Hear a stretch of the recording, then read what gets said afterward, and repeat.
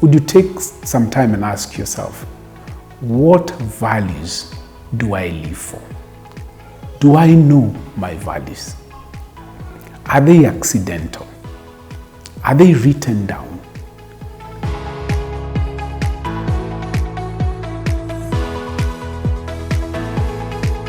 Hey, welcome again to the Oscar Amisi Weekly Leadership Podcast, where we are passionate about equipping leaders with high capacity tools that would help them drive societal transformation. Every week, as usual, we'll be dropping a teaching on leadership, and wherever you're watching us from, would kindly ask you to like it, share it with your friends, and also help us to get to know where you're watching us from. And as I've always said, if you want to get the teachings that I'm doing in greater detail, I'd kindly ask you to visit Amazon and get my new leadership book. Seed It Out, How Great Leaders Become Great Leader Makers. This book will help you learn how to develop people around you, learn the posture of leadership, help you to learn the greatest tools and keys that are there that will help you to become an effective leader as you embark on your leadership journey. We want to just remind us of a few things that we've talked about as we've delved on this topic of character before competence, or the art of effective leadership. We said that leadership starts from who we are. In fact, we made this statement that if you can't lead yourself, you can't lead others. Unfortunately, we have so many people who want to be leaders out there, but they've never learned how to lead themselves first. For you to lead well, for you to lead people well, learn to lead yourself first. That's why it is important for you to learn self-leadership. We said leadership is more about our person before it is about our practice. It is not so much the things that we do out there, and as important as they are, good leadership emanates from who we are.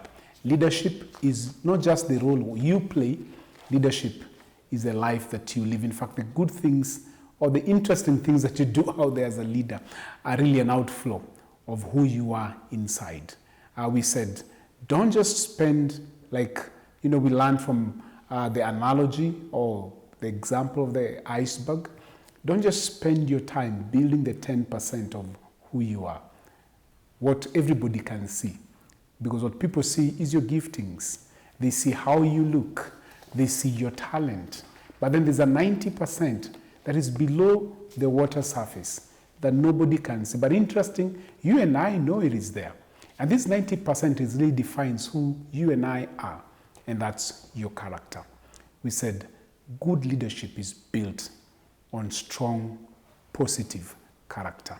And I borrowed a statement that was made by one of my key leadership mentors, and that's Andy Stanley, who said, you can lead without integrity, but it is moral authority, it is integrity that gives you the moral authority to lead. Would you build your character?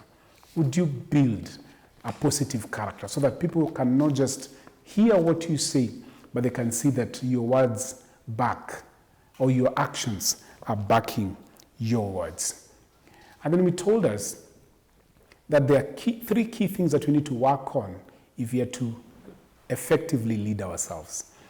And I give you the first one, self-awareness. I give you the second one, self-alignment.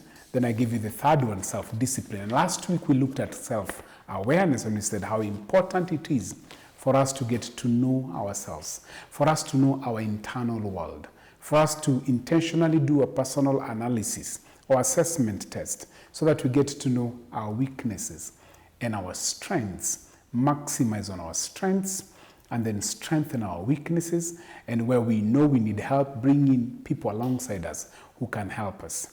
We said, if you're ignorant of yourself, you can't lead. Self-awareness helps us to not be ignorant of ourselves. And we said, there are times when you're in a leadership space and you're experiencing some challenges with the people around you. Many a times as leaders would want to blame everybody else around us. They are not cooperating, they are not listening, they are not loyal, they're not submitting. But then we forget, maybe the challenge may not even be the people we are leading. In an instance like that, the challenge could be us. When you do a self-awareness test, it helps you to know where you need help so that you can become a better a better leader. And I challenged us and I said, there are good tools out there that would help you to be more self-aware. I talked to you about the SWOT quadrant that you can use. I talked to you about the DISC profile that you can find online that you can use that would help you get to know your leadership, your personal leadership style that will make you a better leader. I want us to delve into the last two today, and that is self-alignment and self-discipline. And the key things that you need to note, all these three key things start with self, and intentionally so. Self, because it is our responsibility to lead ourselves. It is not anybody's responsibility. It is our responsibility. We are our own chief executive officers of our very lives. We need to take responsibility of our actions, take responsibility of our choices. And that's why that word self is so key. So second key thing that I want us to look at today is self-alignment. Self-alignment. And in self-alignment is where you learn to develop principles that you live by that enable you to take a moral stand, and moral stand that is consistent with your convictions in your leadership.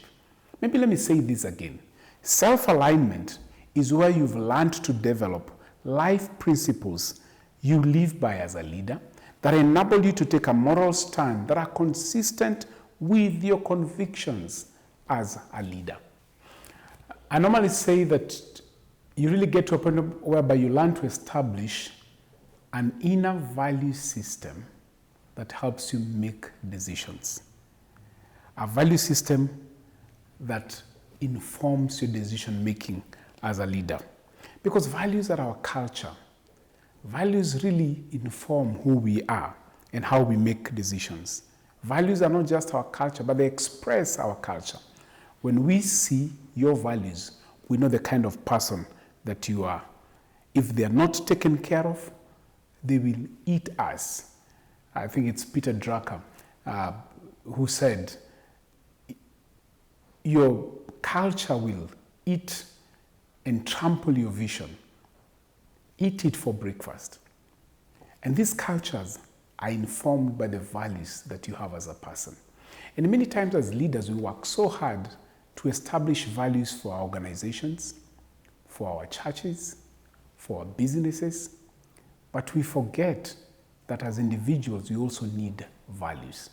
I want to challenge you today that if you're going to be an effective leader who's learned how to lead themselves, would you take some time and ask yourself, what values do I live for? Do I know my values? Are they accidental? Are they written down? And I'll challenge you, come up with about 5 values.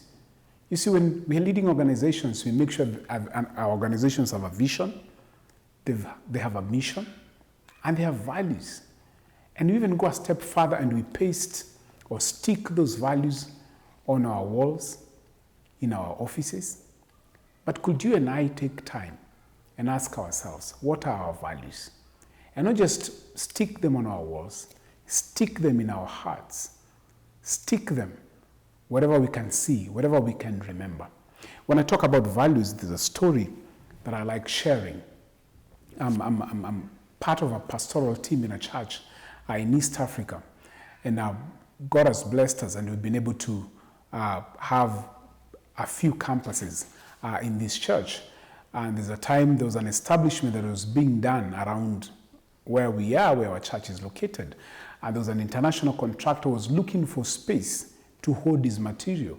So one day this foreigner who had been given this big contract walks into my office and he says, would you lease us part of this facility for the next 5 years for us to be able to hold our materials, store our materials, put up some little houses for our workers? And I asked him a question, would you be paying for the leasing? And he said, no, we don't pay for the leasing. What happens is that once our lease is done, we give you back your facility, but we also leave the things and the houses that we've built. That's how we compensate you for the time that we've used your property.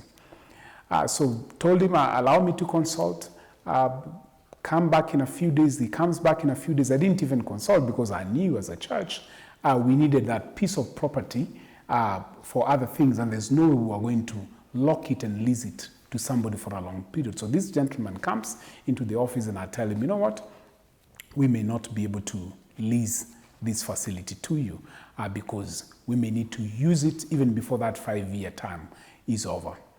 He leaves disappointed, but then he comes back after 3 days. And this time he walks into the office. He's carrying a big envelope, I think an A2 envelope, and he places it on my table and is holding papers. And he tells me, if you can get your leadership to sign off these leads on these papers, what is in this big paper bag will be yours. And he tells me what was inside the big envelope or paper bag. It was money, and he mentions the amount. And I look at him, and man, I laughed. I had a good laugh. And I'll tell you why I laughed. Because one, I was broke to the bone, didn't have money. And this guy is showing me money, and I don't have money. But then I looked at him. I didn't even need to tell him, give me some time to go and pray, no. Or give me some time to go and consult, no. I looked at him and I told him, you know what? There's no way I can take that money. My answer still stands. We can't give you this. The guy was confused because it was like, I think he had met so many people who had fallen for that. People who just take bribes left, right, and center. But I needed to understand the reason why I didn't take that money. It's not because I didn't need money. It is because I have values.